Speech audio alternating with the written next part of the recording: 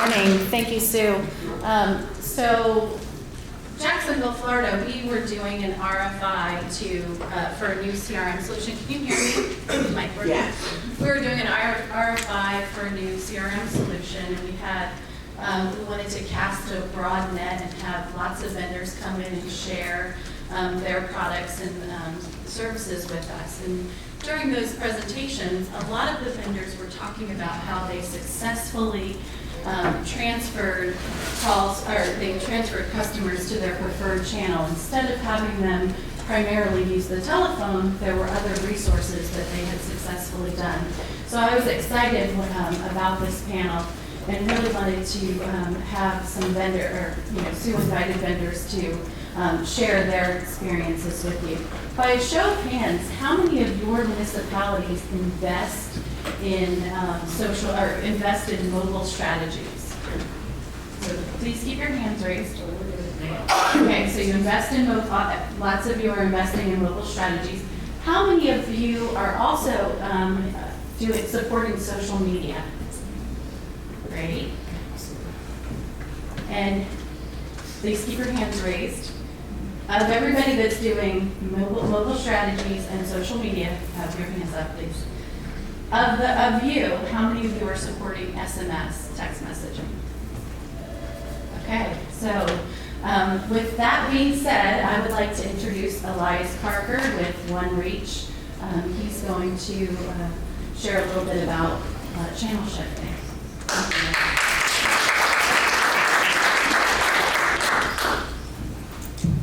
All right.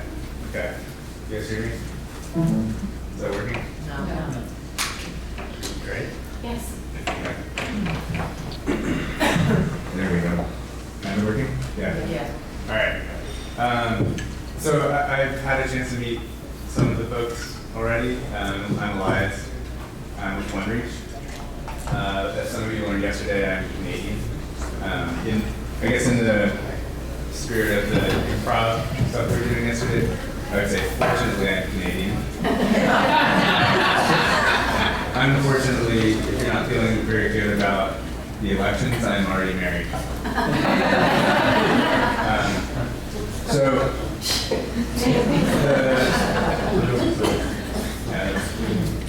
So I'll tell you a little bit about our company, and then I really wanted to just shift into the topic, because that's why we're actually here tonight. So essentially, OneReach is a web-based application that channel pivot, or channel shifting, as we're calling it here today, is often something that organizations of all shapes and sizes, public and corporate, are using us for channel shifting in a variety of ways. But really, we're a web-based application organizations use to create any sort of automated or routing experiences for live or automated communications over a variety of channels. SMS, Facebook Messenger, phone, web chat, all sorts of things. Evanston uses us for web chat and SMS. In addition to Washington, D.C., and the city of Vancouver in Canada, and a few others as well. So I can tell you more about us. Went backwards. There we go. It sucked. My slides are stuck, sorry. I wonder if I can just go through. There we go. So yeah, here's at least some of the channels that most of our customers are looking to us for. And then credibility slide, right? I gotta have some brains on there. So really the topic at the end here. So channel shifting is what we're calling it in this room and at this conference. My company and most of our customers call it,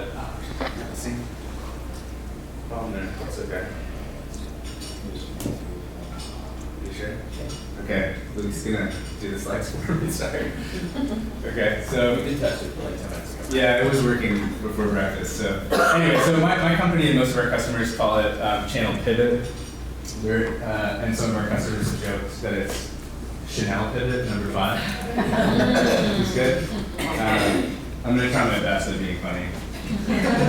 Okay. Cool. Yeah. Does anyone know what this is? Has anyone ever seen that? Probably not. It's definitely a Canadian thing. It is eggnog. This is Canadian eggnog. I want to point out something. It's a little small, but does anybody know French or kind of sort of? Okay. That says lait du poulet. Does anyone know what that means? Chicken milk? That means chicken milk. Yes. That is that's the translation. That's the translation of it. Wow. For whatever reason, I'm going to say really anything speaking French.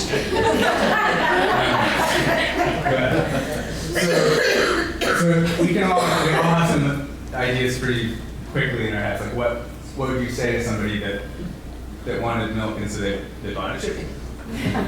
All right, you want milk? Get chickens. Let's keep going. Yeah. So this is what I'm going to try and do today. I'm going to show you how to not try and milk chickens if you want milk. And believe it or not, this actually has a lot to do with channel shifting or channel pivot or channel pivot. So this is Steve. We're going to be discussing, you're coming up next, right? We're going to be discussing these together. In my research, they've done some great research if you guys are not familiar. You guys have this gut delivery research sort of arm, right? Yeah. So I pulled together a lot of good stats, right? So one being that, assuming you and your peers, sort of generally speaking, have this priority, right? We're gonna make things better. So that's one. And these are kind of how, from the survey, these are kind of how most organizations are thinking. Let's make things better. These will be how we tackle it. Go ahead. So we already kind of went through a little of this, but again, who's actually put resources towards Twitter? Okay. Any other hands go up if you have any up you're going to like this year? No? Okay. All right. And then SMS, we saw there was two of you, right? I can't really say we put resources to it. I do it when people reach out to me through Facebook and Twitter, and we need to have. You tell them text this other number? We'll text my number. Okay. Your number. We can talk about this not in front of everybody in the county. Okay. Yeah, understood. Okay. Cool. So this is interesting data that there's a few points here that I got from a report from Twitter, and we've written some interesting, some editorial type stuff and some research type stuff that's really based in data. But I don't think Twitter was very excited about what we had done in our analysis. But so this is how many Twitter messages we're dealing with on a regular basis. Okay, I think that's daily. That's how many text messages happen daily. It's a very big difference. Let's go to the next. Okay, this one's from Forrester in this example, right? So 37%, the way that they classify it is online adults, right? So that's really it's most people these days that are old enough, either by their own definition or their parents' definition, to have internet access or a phone. Okay, so, and then Harris Poll, if anybody's familiar with Harris, research and polling. So they found that 64%, this is Americans, not Canadians, would, if they're given the opportunity, would prefer texting as a support channel. Okay, so this is a very interesting thing. We saw at least twice, if not 3 or 4 times as many hands go up for supporting Twitter and social. And somehow we've got really misaligned. Most people text, a lot of people use social. But there's a very big difference in terms of the preferences. And this isn't a finger pointing or blaming type of thing. Historically speaking, it has not been easy to find good ways to manage and report on SMS, whether it's automated or live.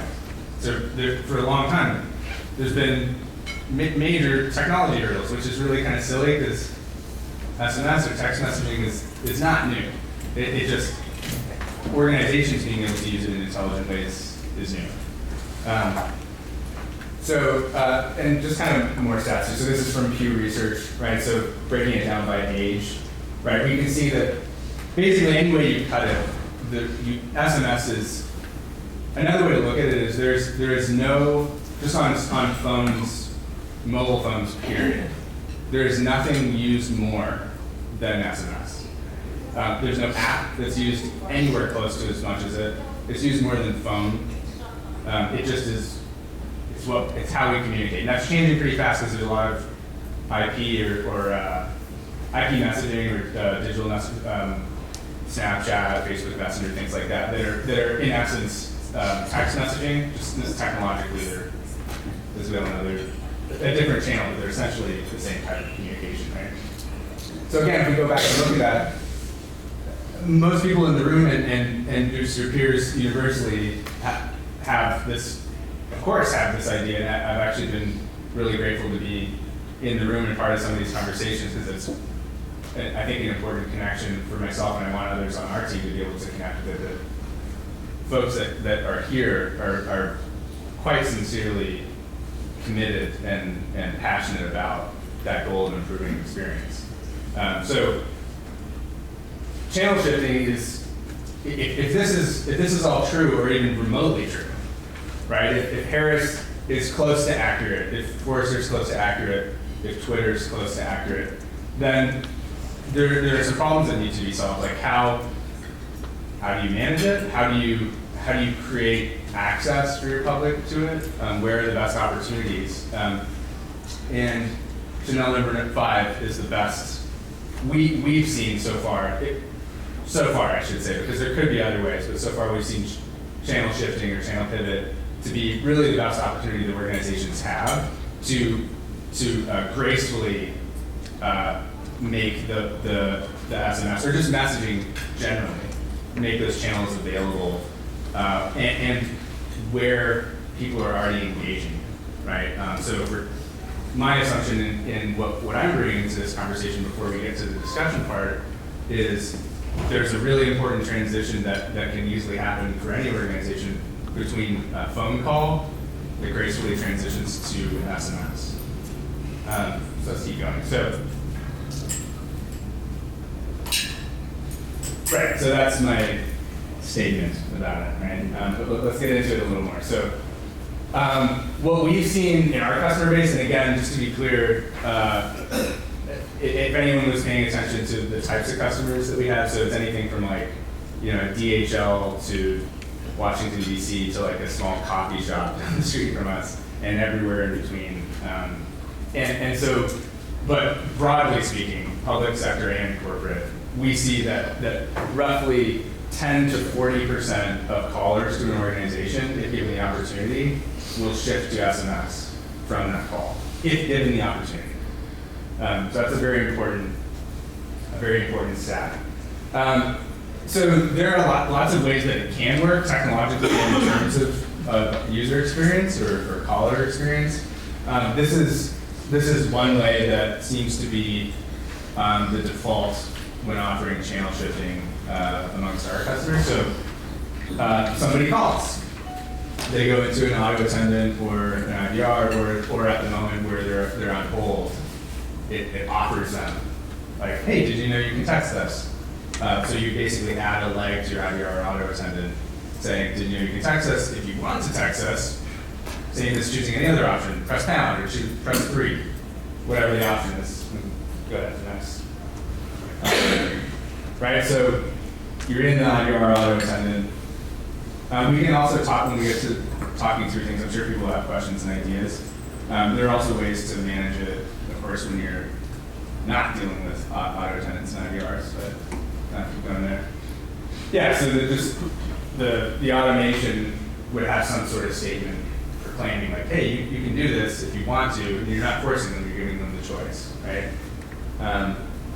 and we see it as a best practice that an organization should never force it. Like, thank you for calling. Now we're switching you to text. It's probably not the approach you want to take. So instead, letting them know, press pound to continue over text or whatever the option is you get, but letting them know or stay on this call for other options or to connect with an agent. So if there's some kind of small stuff here, but once they shifted to text, so let's talk about how that happens. So they choose that option or leg in your auto attendant or IVR, which triggers an outbound text to them from your number, right? So that's whether it's a toll-free or local number or short code. We can talk about the differences there, but them choosing that prompt or that leg in the potential or the options in their call triggers that SMS. And so this is an example from Washington, D.C. It's basically a boiled down or simplified version of their IVR that gets texted to them. So now they get a text, please reply, which option do you want, right? So somebody replies 1, it takes them down that path. So if it's simple needs, then a textable IVR or ITR, or as many folks are referring to these days, and Luke's going to be talking a lot about this tomorrow, bots. If anybody's hearing the word bots, that's essentially what a bot is. It's kind of like an IVR, but it's textable. It's an interactive, automated experience over a message. We can hit the next one. So simple needs, bots or ITRs or textable IVRs are perfect. You can basically create whatever you want the paths to be. If it's more complicated, you can still route it to an agent. Many organizations, at least initially, and sometimes will continue to, will just route any texts to an agent just right from the start, not even automating any of it. It's probably not a majority, but so here's just a quick glimpse. I think you just click it to press play. This is just a quick glimpse at some of what DC is doing. This is a video that they put together, but it basically just walks you through like how do you do it. So you text a keyword, or you can really text anything to their number, and then it basically tries to IVR you through text. Is that a term? IVR you? We're gonna IVR.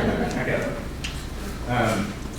So dealing with potholes, reporting a broken, parking meter. I'm really excited. I haven't seen it yet, but technologically it's very possible and actually pretty easy.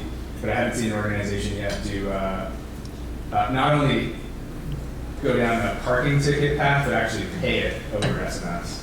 So that entire transaction can be completed. And so Chicago is doing great things with SMS. There's a lot more to come, I'm sure, and Evanston's doing some cool stuff. DC is now in I don't know if it's a race. It doesn't feel like a very, we want to try to beat each other, but it's pretty fun to see the kind of stuff that's happening. So here's some interesting, if you look at the ROI cost assessment, I want to be really clear, this is based on some assumptions, and I'll walk you through what those assumptions are. I'm not just standing up here reciting wild numbers.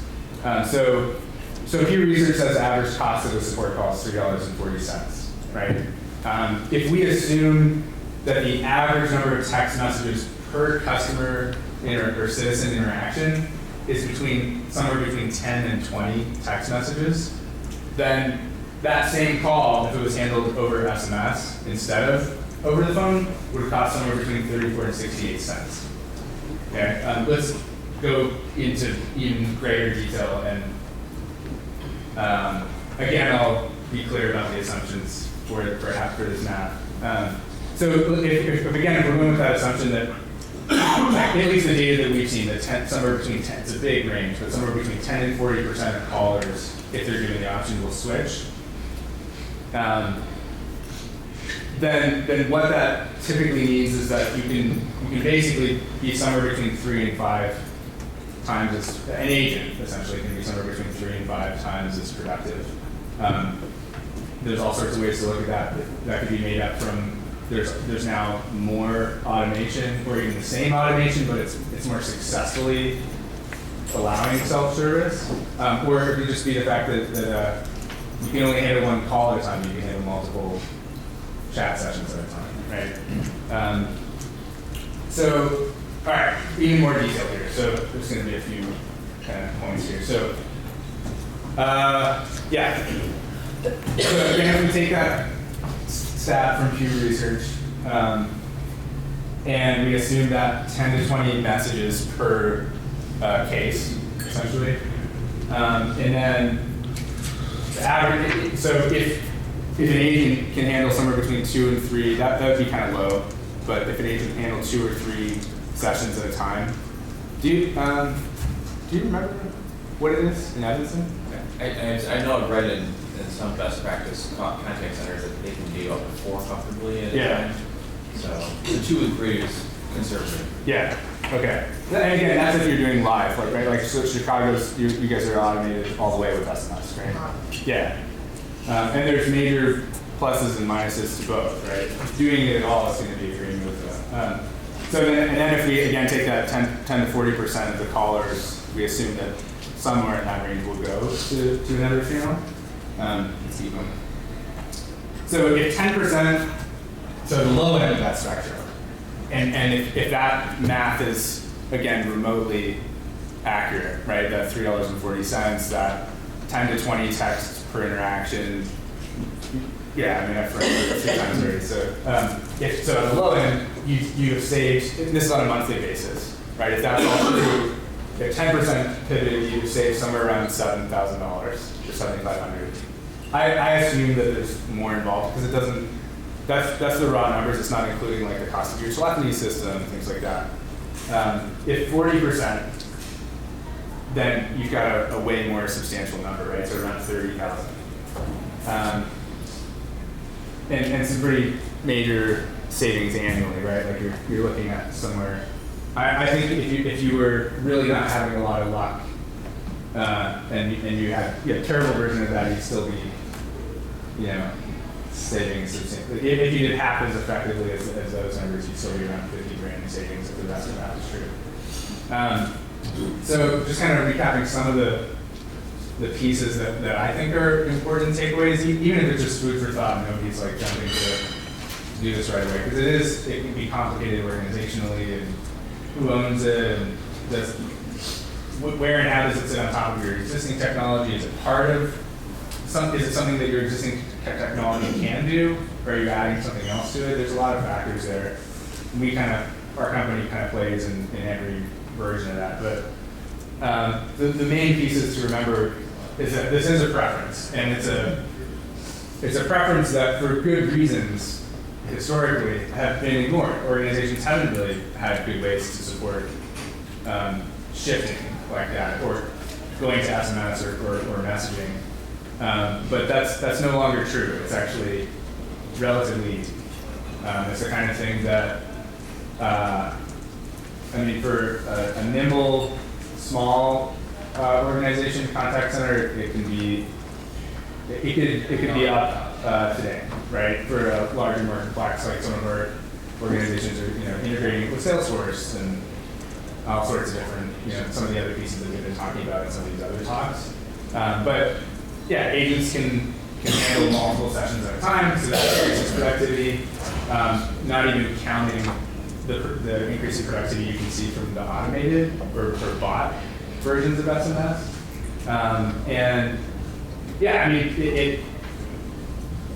there's a major increase in the success of self-service through these channels. Yeah. So I have a silly question.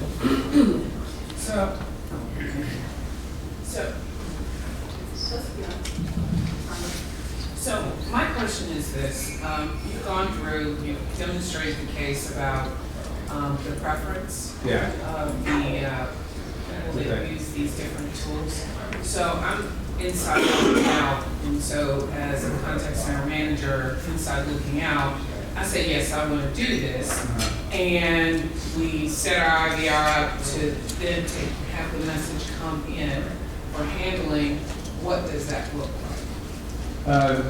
So I'm going to clarify a little bit. So you mean what happens if they choose that option to switch? So it comes in, Yeah. and it's now part of the workflow. Yep. And from a workflow perspective, I know that the caller did it by way of their phone, and so they're using the SMS technology. When it comes into my contact center, because you've made reference and said there's more capability for the reps to use it and to be responsive and to perform in multi-channels. So I What happens when am it's showed up? curious. Yeah. I am curious how it shows up Yeah. and then how it's worked. Yeah, I know something about that. Without being too long-winded, I guess the easiest, I can get into more detail, the easiest answer is, it depends on what your organization needs it to do. It can happen in a lot of different ways. Some of the more common examples would be that citizen has already been through some path of triage, either on the call or on the call and then through some automation over SMS and then arriving at an agent. That's common. It's not always the case.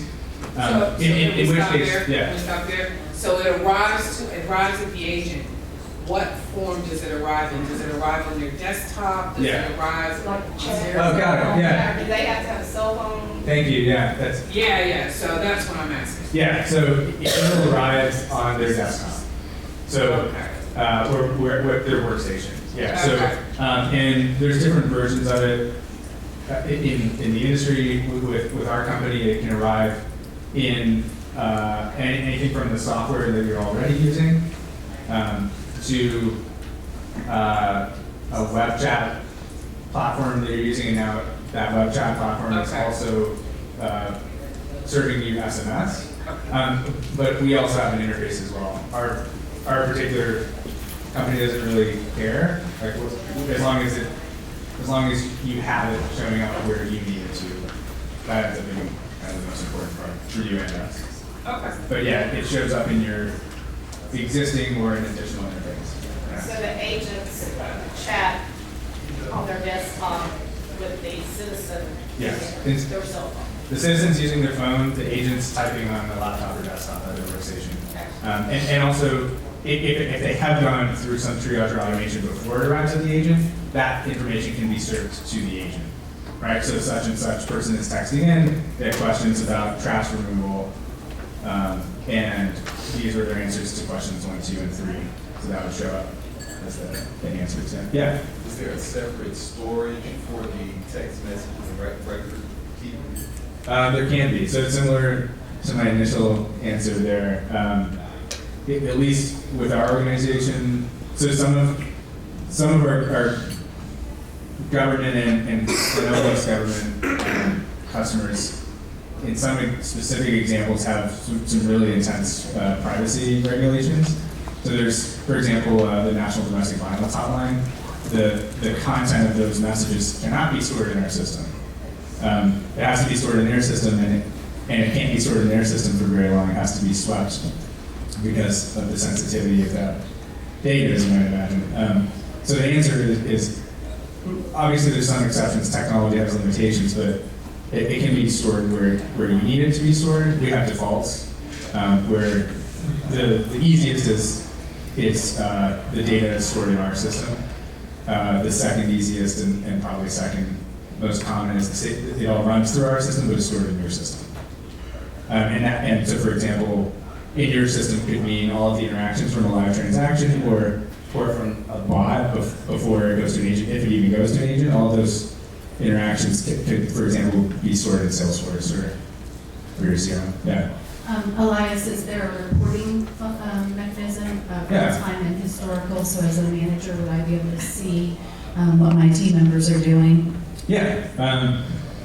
This is something that is really powerful about these channels. Actually, is there's great reporting. It's data, so it by its nature it's more easily reportable. You can see, for example, you could go into an agent interface and see, show me when this agent talked with anyone from this area code and the word banana showed up, right? Or higher level reporting on trends. So for example, if you're looking at the logic of the automation or textable version of the IBR, you can see what percentage went where, which can help to iterate on those things, right? And that's a big part of why we came into existence. Is historically it's very hard to create those types of automated rules and sets of logic for these channels. Historically it usually meant writing code and basically making your own software. So we showed up to close that gap. But reporting is a major piece that comes with that. Yeah. Can a supervisor see what they're doing, like real time, sort of just observing that they see a Yeah. text and they see what's being responded to and just watch what's happening? Yes. Yeah. In addition to just seeing trends on a daily basis, like, or weekly or yearly, seeing, okay, 90% of the people that choose the option to text then choose the option to go to an agent instead of one of the automated channels. That might, depending on your organization and your goals and your public's preferences, that type of data might show you, okay, maybe we need to rephrase that initial launching point, or, stuff you guys are all familiar with, but, yeah. Going back to the archiving question, I know anything can be done, but have you in real life put into practice a situation that we've had to deal with call recording of once you get to the point of they may be wanting to text to pay a traffic ticket or a solid waste bill or something, that information does not need to be archived, but everything else, we by law have to archive. Those chats can't just go away. Right. Yeah, so it is the default is that it is archived. Yeah, for us it's an exception or sort of custom configuration to have it not do that. And many organizations do that, but I totally get it. But can you, in the middle of the chat, all of it leading up to, so that public records can see, okay, the chat or the text was stopped because now they are giving secure information. Yeah. You recorded and archived the first half of it, and then you stopped it just. So that's a good thought. Most secure information shouldn't be exchanged over text. So in an example, text messaging in particular, and I think to be determined on some of these other IP messaging channels, I think we have to see how some of that plays out, but text messaging is not secure. So I mentioned earlier an example of like somebody could text in about a parking ticket, and you can have automation that walks them through the complete process to pay for that parking ticket. The second they need to enter payment information, it kicks in the link, and they're that secure link. They're now creating a payment profile in a secure payment gateway, and the completion of that purchase or the creation of that payment profile can trigger the continuation of the text. Yeah, there are ways around it. Yeah. Any others? Or? Elias, thank you so very much. I appreciate it.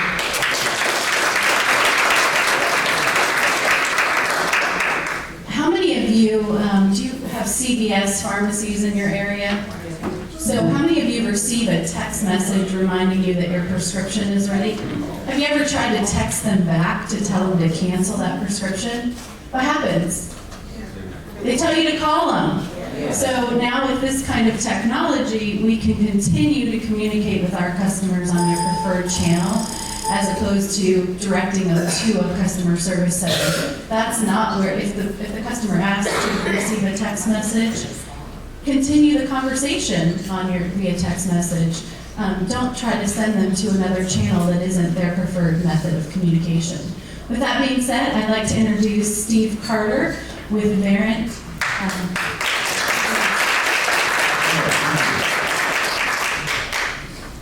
Well, when Monica talked to me today about talking about omnichannel, one of the clarifications she gave me was that, Steve, you've been here a long time. You've been around a while. You worked with a lot of cities. Tell us some stories. Talk about some things you've got. And it was real coincidence because it lines up closely to where when you're in your third, fourth, fifth iteration of designing solutions for this business, specifically for contact centers, public sector. Channel shift's been a huge story. So one of the things that leads into is this idea that these channels are always changing. The generation of people that grows up today have a whole different expectation of what channels they would communicate with you than those people that are my age or my parents, right? So my mom is always going to call on the phone. I'm always going to try to text or chat. And my kids would say, no, I want to Snapchat. I mean, I saw in the news this morning, there were guys climbing Mount Everest today, Snapchatting the whole climb. That's amazing. They're not filming it.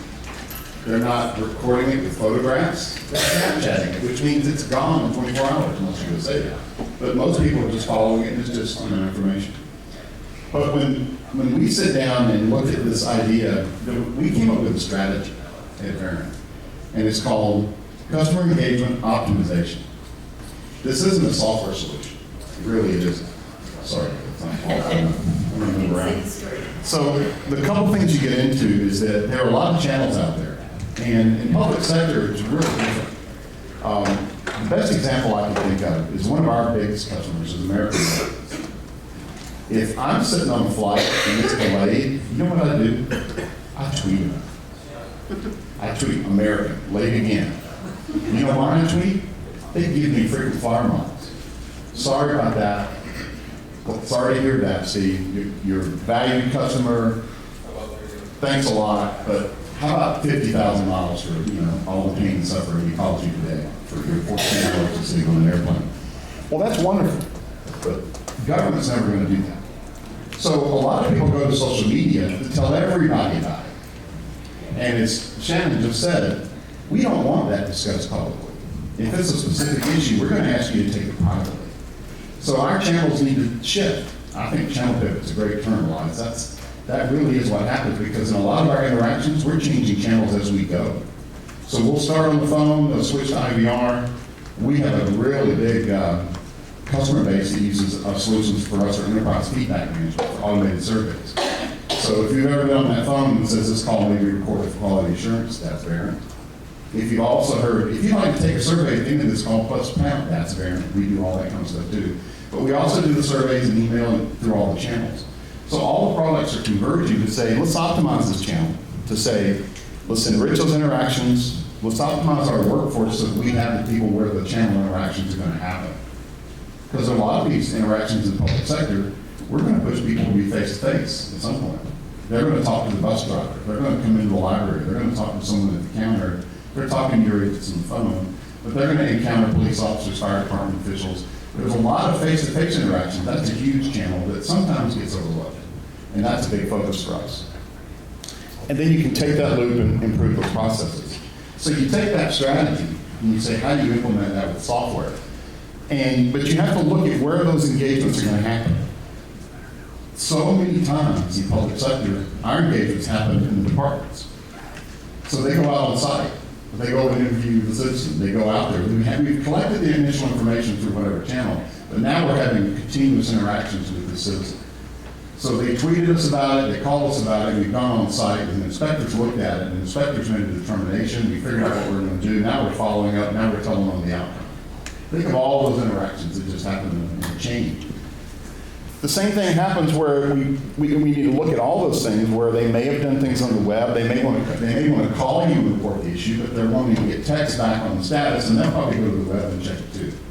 It's changing the ideas of the customer to what we call digital first, meaning you need to think about your processes and think about the intelligence you're going to get from those processes and think about how these things overlap. And where those areas overlap are smart moments, smart workforce, and an engaged workforce so that you can take advantage of whatever that channel shift is or whatever the channel they're talking about, you're able to handle it and you're able to deal with it. So let me give you some examples from a variety of scenarios. So customer analytics is a big thing Verint does. One of the big things we look at are what's coming in by channel. For San Antonio 311, we just met with them and did some analytics work on their channels. And it was surprising that they found out that people took longer to create a pothole service request on the phone with 311 than they did on the web. That was interesting. Then they turned right around and said, but they were creating animal barking dog requests on the web much faster than they were on the phone. So San Antonio was able to kind of go in and start figuring out, well, why is that different?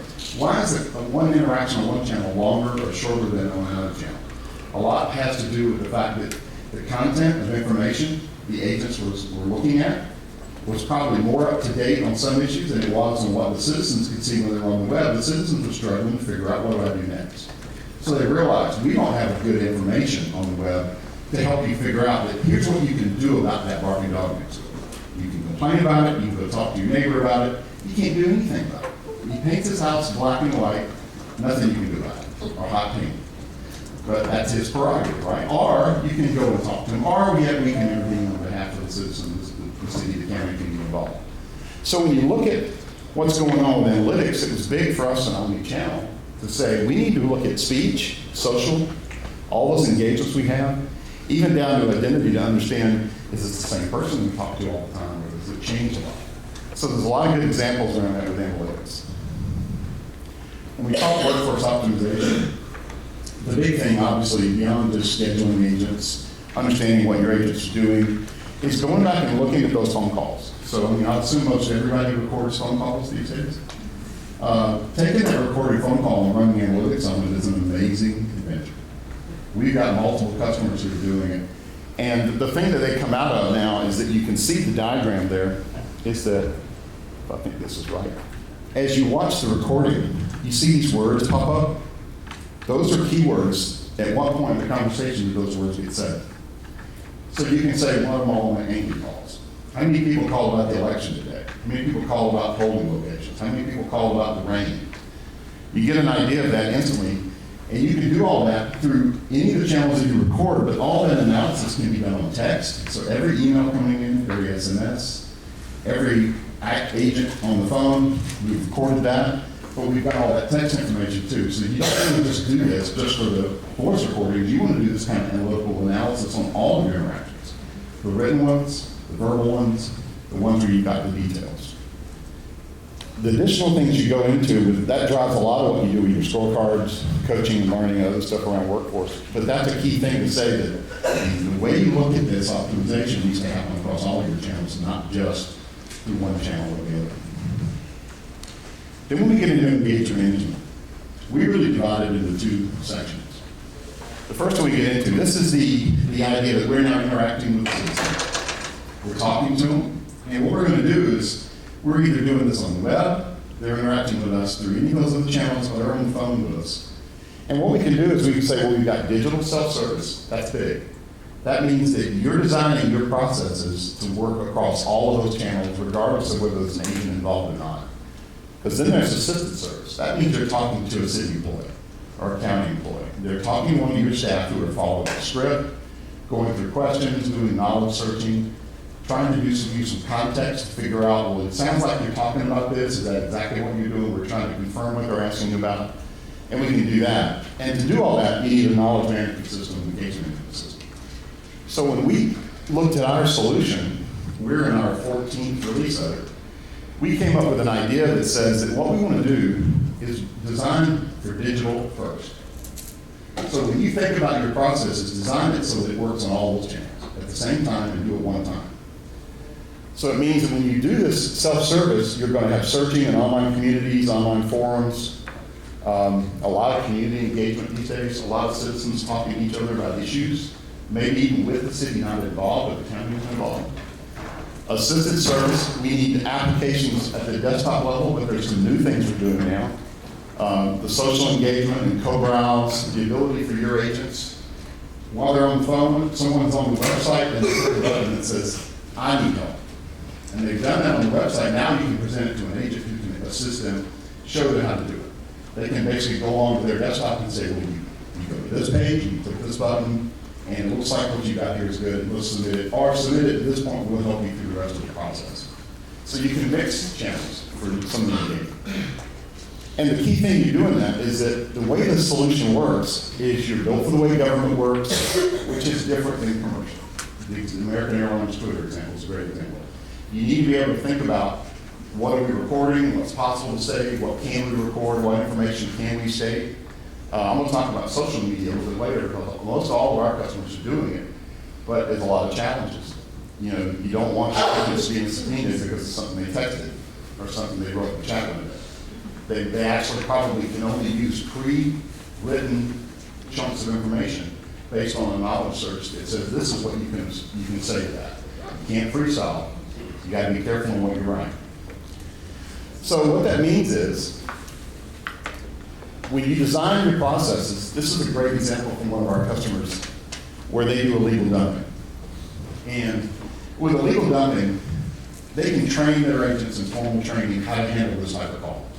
And what does everybody got? A couple 100, 300 case types, service request types you take calls about, hundreds of pieces of information.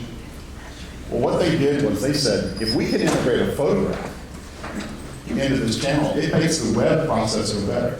That analysis we did with San Antonio, this was a great example. They didn't realize they had photographs on their website where people could describe how big is that illegal dumping site. Is it a trash pile or is it a single object? Well, it was easy when you're on the web to say, well, there's two pictures. Is it that one or that one? Houston, Texas, one of our customers, has photographs like this with flood damage. If you're trying to describe how bad the flood hit your house, they've got several photographs where you can describe it. They're getting real-time feedback from citizens about what those things are. And then when you actually run that, and you can see it, and you do it that way.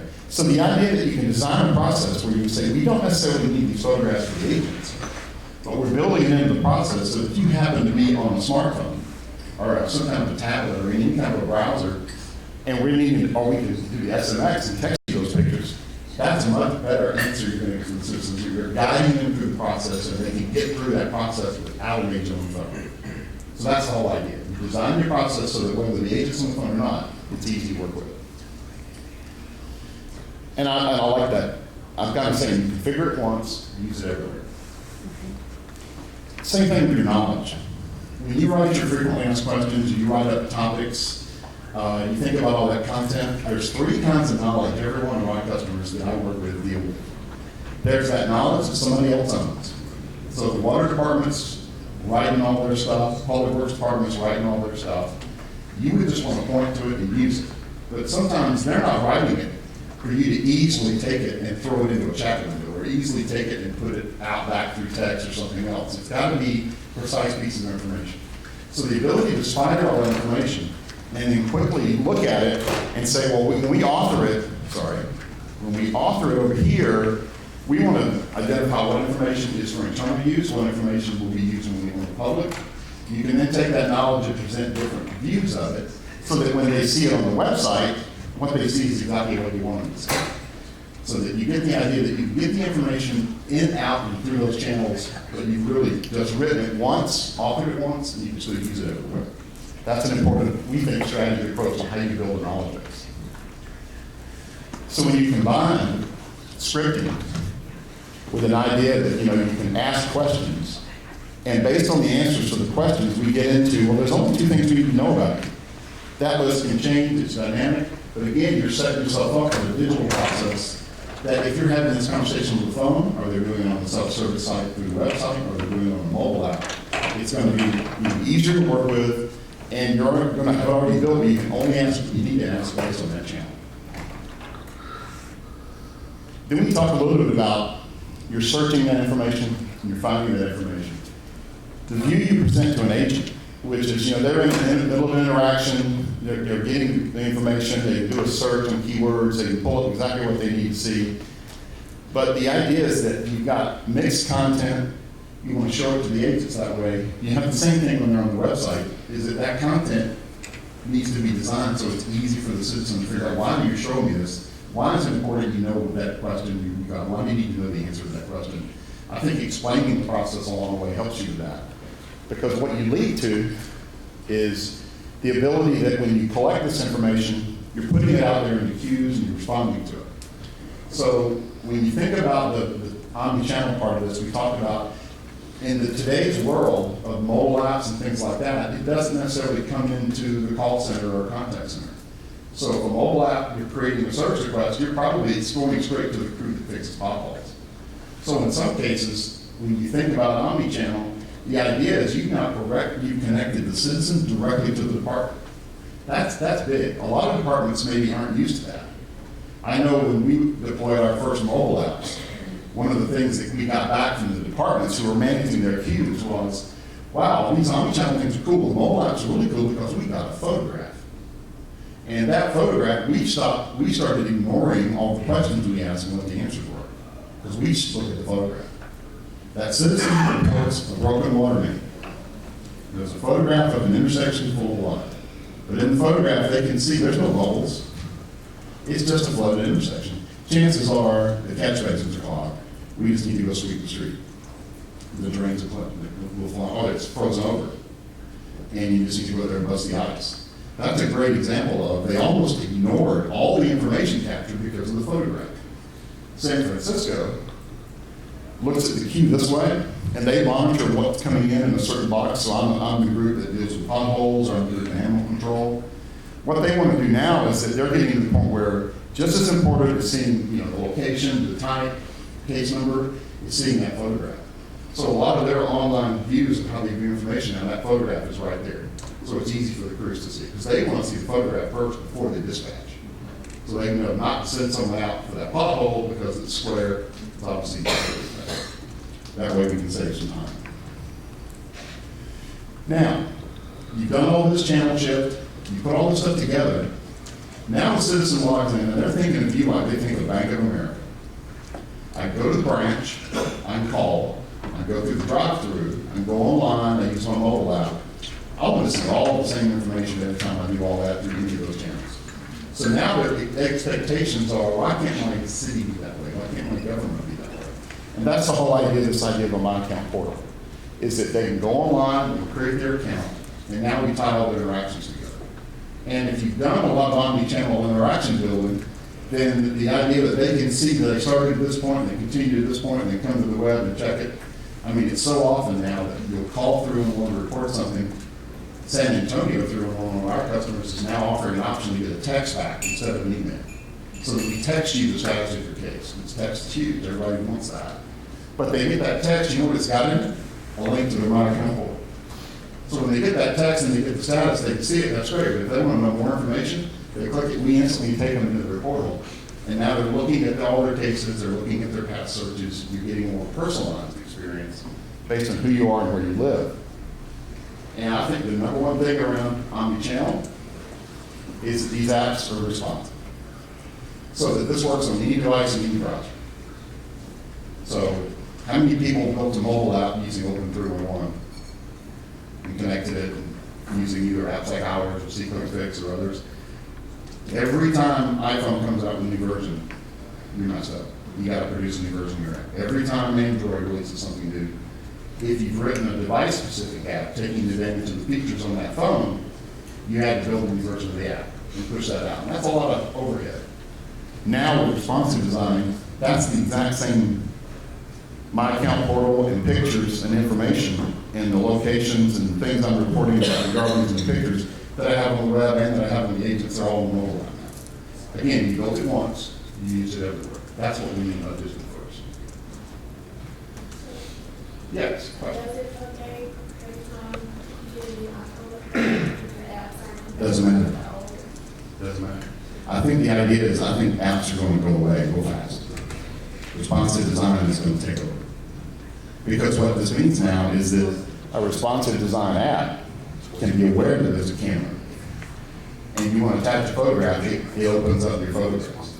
If you run that responsive design app on an iPhone, you get iPhone choose wheels, you get differences. You go to the people, you see their calendar. But the idea is the responsive design runs on that browser on your smartphone. So it was really interesting to me. One of our interesting channel shift discussions we had with San Francisco was they do a shelter waiting list for homeless people. So you call 311 to say, I'd like to get in a shelter tonight.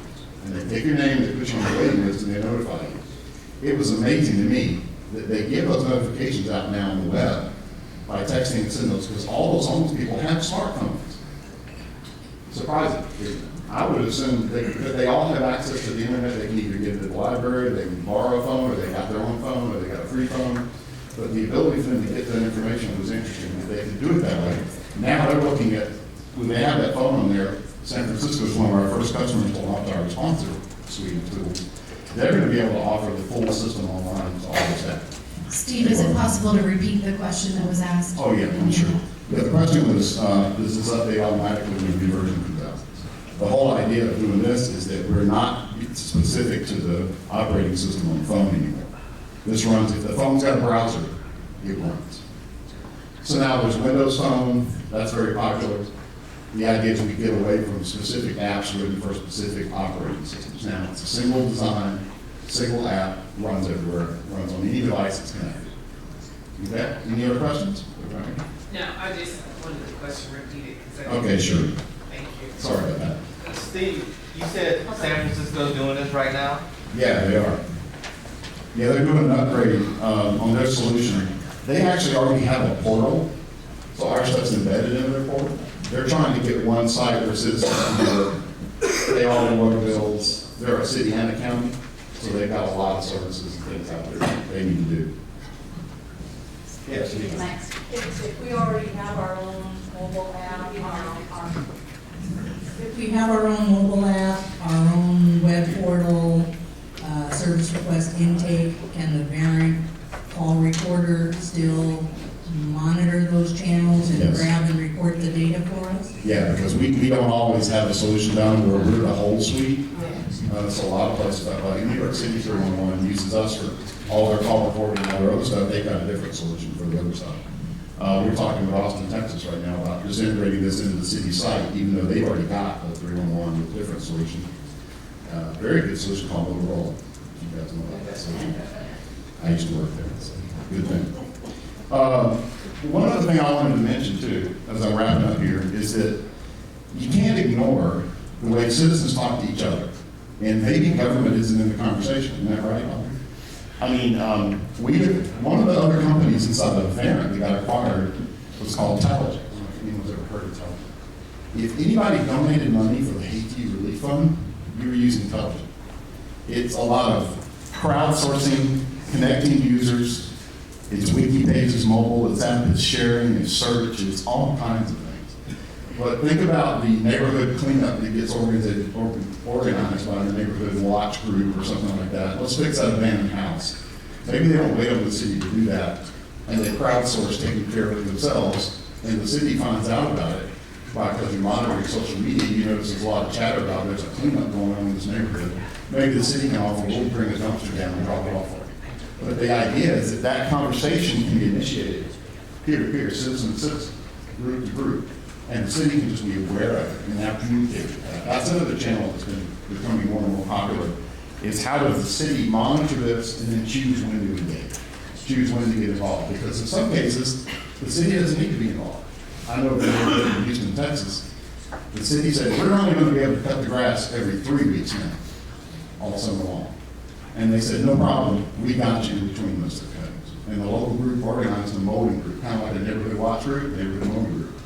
And they do it themselves. It's just like Boston and Buffalo and some of our other customers that have the snow angels, the people who go out and shovel fire hydrants after snowstorms and clean things up. So think about that. A lot of this involves design, how you're going to take customers on that journey they've got, how do you design all this stuff together and put it together with your solution. Sometimes those solutions are various products pulled together, but the idea is you put a box around it and loop it all together now. How do you implement that? How do you optimize it? And go that way. What we really talk a lot about is doing it one time, digital first, design it that one way, do it that way. And again, we've got a lot of utility things on resources online. One of the ones I really wanted to talk about, we've got some really good overcoming barriers to channel shift white papers out there. We've got this website called Citizen 2015, now it's Citizen 2016. And it really is a good place to go and take a look at what's going on now, what are the best practices out there by customers. From the 250 customers we have worldwide, it's great to go and see what other places are doing. Brisbane, Australia 311 is one of our biggest. It's the biggest call center in the Southern Hemisphere is how they like to brag. But they're one of our customers, and they've done a tremendous amount design and build for how do you put these things on all these channels and put it out there, and we feature them a lot on that website. And the last thing I want to talk about is that there's a lot of different types of public sector customers out there. And whether it's the city, local government, state government, military, tax revenue, those kinds of things, the idea is that they're all looking to try to make it easier to build their processes, easier to support all these channels, and they're looking at us and designing it. And that's the feedback we got from the customers to say, to build digital first, you need to think of it. Design, build it once, use it everywhere. Any questions? All right. All right, thank you, Steve. Thank you.